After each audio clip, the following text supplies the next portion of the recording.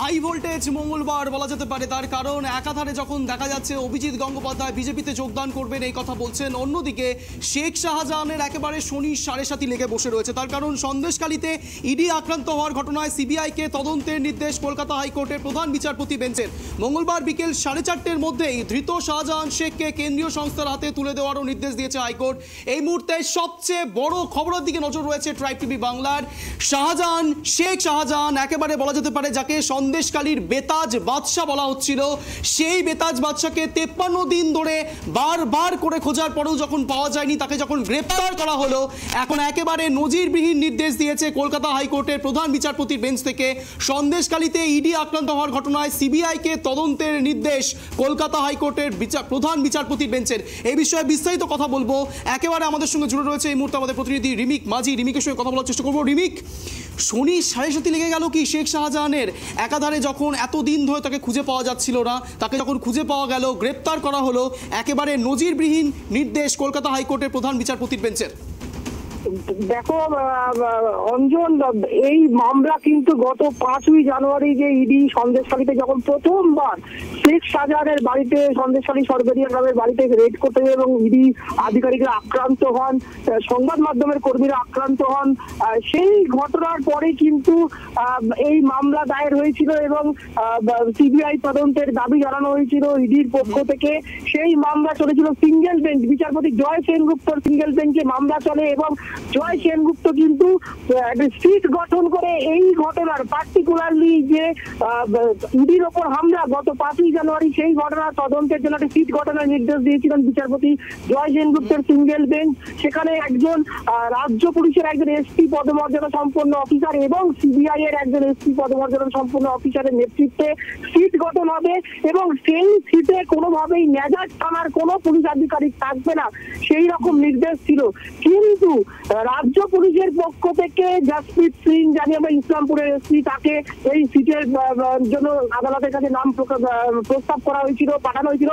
কিন্তু ইডি প্রথম থেকেই অনড় ছিল যে তারা রাজ্য পুলিশের সঙ্গে কোন রকম ভাবে যৌথ তদন্তে যাবে না, সেই কারণে তারা কোনো নাম যায়নি এবং সিঙ্গেল বেঞ্চের সেই নির্দেশকে চ্যালেঞ্জ করে তারা কলকাতা হাইকোর্টের প্রধান বিচারপতি ডিভিশন বেঞ্চের দ্বারস্থ হয়েছিল। সেটাও প্রায় 1 মাস আগের ঘটনা এবং বিচারপতি তখন প্রধান বিচারপতি তখন এই সিঙ্গেল বেঞ্চের সিট গঠনের ওপরে কিন্তু স্টে দিয়েছিল, স্থগিতাদেশ দিয়েছিল।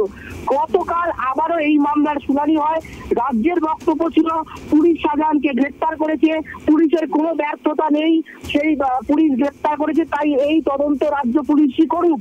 এবং যেটাকে আবার বলে রাখবো যে প্রধান বিচারপতির কাছে শুধু ইডি নয়, রাজ্যের পক্ষ থেকেও আবেদন করা হয়েছিল যে তারা এককভাবে তদন্ত করতে চায়। সেই মামলার শুনানি কালকে শেষ হয়েছিল, অর্ডার রিজার্ভ রেখেছিলেন প্রধান বিচারপতি। দুই পক্ষের বক্তব্যে শোনা হয়েছিল। রাজ্য পুলিশ বলেছিল ইতিমধ্যেই শাহজাহানকে গ্রেপ্তার করেছে পুলিশ, তাই রাজ্য পুলিশ তদন্ত করুক।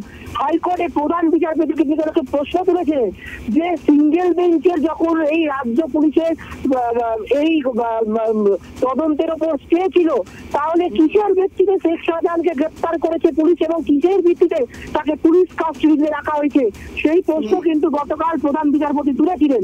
তবে রাজ্যের পক্ষ থেকে বলা হয়েছিল যে অন্যান্য একাধিক যে শাহজাহানের বিরুদ্ধে এফআইআর হয়েছে, সেই অভিযোগের ভিত্তিতে শাহজাহানকে গ্রেপ্তার করা হয়েছে এবং কিন্তু ইডির পক্ষ থেকে দাবি করা হয়েছিল যে রাজ্য পুলিশ ইতিমধ্যেই 5 থেকে 6 দিন কেটে গেছে শাহজাহানকে গ্রেপ্তার করার পর, কোন রকম তদন্ত করেনি। প্রায় 54-55 দিনের মাথায় শাহজাহানকে গ্রেপ্তার করা হয়েছে। এই 5টা মূল্যবান দিন চলে গেছে, ফলে রাজ্য পুলিশ তদন্ত করলে নিরপেক্ষ তদন্ত হবে না, কেন রাজ্য পুলিশের গাফিলতির জন্যই শাহজাহান গ্রেপ্তার হয়নি। রাজ্য পুলিশ শাহজাহানকে গ্রেপ্তার করতে চায়নি এবং তার বিরুদ্ধে যে সমস্ত একাধিক অভিযোগ রয়েছে, রাজ্য পুলিশ তদন্ত করলে সেই ডকুমেন্ট, নথি, প্রমাণ নষ্ট করে দেওয়া হতে পারে। এবং পরবর্তী প্রক্রিয়া কি রয়েছে? কলকাতা হাইকোর্টের একেবারে যেটা বলা হচ্ছে যে হাইকোর্টের নির্দেশ হচ্ছে 4টের মধ্যে, আজ একেবারে 4:30-র মধ্যে ধৃত শাহজাহান শেখকে কেন্দ্রীয় সংস্থার হাতে তুলে দেওয়া হবে। সেই বিষয়ে কি জানা যাচ্ছে? পরবর্তী পদক্ষেপ কি? আজকে হাইকোর্টের যে অর্ডার, এই অর্ডার হওয়ার পর কিন্তু সেই অর্ডার যাবে ভবানী ভবনে এবং লোয়ার কোর্টে যাবে। সেখান থেকে অর্ডার হওয়ার পরে এই সমস্ত নথি, যেটা রাজ্য পুলিশ তদন্ত করছিল, সিআইডি তদন্ত করছিল, সেই সিআইডি যে তদন্তভার নিয়েছিল, সেই সমস্ত নথি এবং যে সমস্ত অভিযোগ রয়েছে, সেটা ন্যাজার থানায় ছিল বা সন্দেশখালী থানায় যে সমস্ত অভিযোগ ছিল, এছাড়াও বনগাঁ থানাতেও যে এক অভিযোগ হয়েছিল ইডির আক্রান্ত হওয়ার ঘটনা, এই সমস্ত নথি যেগুলো রাজ্য পুলিশ বা রাজ্য তদন্তকারী সংস্থা সিআইডি করছিল, সেই সমস্ত কেস ডায়েরি থেকে শুরু করে সমস্ত কপি নথি আজকে কিন্তু সিবিআই এর হাতে হস্তান্তর করা হবে। শুধু তাই নয়, সেই হস্তান্তর হয়ে গেলে শেখ শাহজাহানকে নিজেদের কাস্টডিতে নেবে সিআইডি বা রাজ্য পুলিশের থেকে নিজেদের কাস্টডিতে নেবে সিবিআই। তারপর সিবিআই তাদের তদন্ত করবে। তবে একটা কথা তদন্ত ভাই বলে রাখি, যে শুধু ইডি মারধর করা আক্রান্ত হওয়ার ঘটনায় শেখ শাহজাহানকে অভিযুক্ত, সেখানেই শুধু সিবিআই তদন্ত করছে না, মাথায় রাখতে হবে মূল মামলা কিন্তু হচ্ছে রেশন দুর্নীতি মামলা। এই রেশন দুর্নীতি মামলার তদন্ত করতে গিয়ে এবং জ্যোতিপ্রিয় মল্লিককে জিজ্ঞাসাবাদ করতে গিয়ে বা অন্যান্যদের জিজ্ঞাসাবাদ করতে গিয়েই কিন্তু এই শেখ শাহজাহানের নাম সামনে এসেছিল। অতএব মনে রাখতে হবে যে মূল মামলাটা হচ্ছে কিন্তু তোমার রেশন দুর্নীতি। সেই রেশন দুর্নীতি মামলায় ইতিমধ্যেই কেন্দ্রীয় তদন্তকারী সংস্থা, ফলে শাহজাহানকে নিজেদের হেফাজতে নিয়ে শুধু ইডির উপর আক্রান্ত হওয়ার ঘটনায় নয়, রেশন দুর্নীতির ঘটনাতেও শাহজাহানের কি ভূমিকা ছিল, কোথায় মানি লন্ডারিং এর যে অভিযোগ উঠেছে, বেআইনিভাবে আর্থিক ট্রানজাকশন বা দুর্নীতির, সেই সমস্ত বিষয়ে কিন্তু সিবিআই জানার চেষ্টা করবে শাহজাহানের থেকে, তাতে কোনো সন্দেহ নেই। বেশ নজর রাখো রিমিক, এই বিষয়ে নজর থাকবে ট্রাইব টিভি বাংলারও। এই মুহূর্তে সবচেয়ে বড় খবরের দিকে নজর ছিল। সন্দেশখালীতে ইডি আক্রান্ত হওয়ার ঘটনায় সিবিআইকে তদন্তের নির্দেশ কলকাতা হাইকোর্টের প্রধান বিচারপতির বেঞ্চের।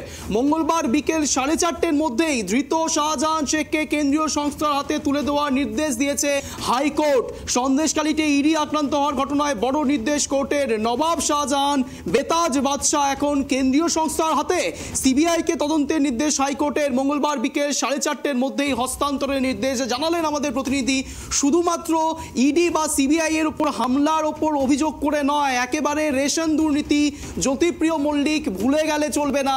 জ্যোতিপ্রিয় মল্লিক রেশন দুর্নীতি মামলাও কিন্তু এক বড়সড় প্রশ্নের সম্মুখীন হয়ে আছে শেখ শাহজাহানকে ঘিরে। নজর থাকবে আমাদের, নজর রাখুন ট্রাইব টিভি বাংলার পর্দায় এই যাবতীয় আপডেট পেতে।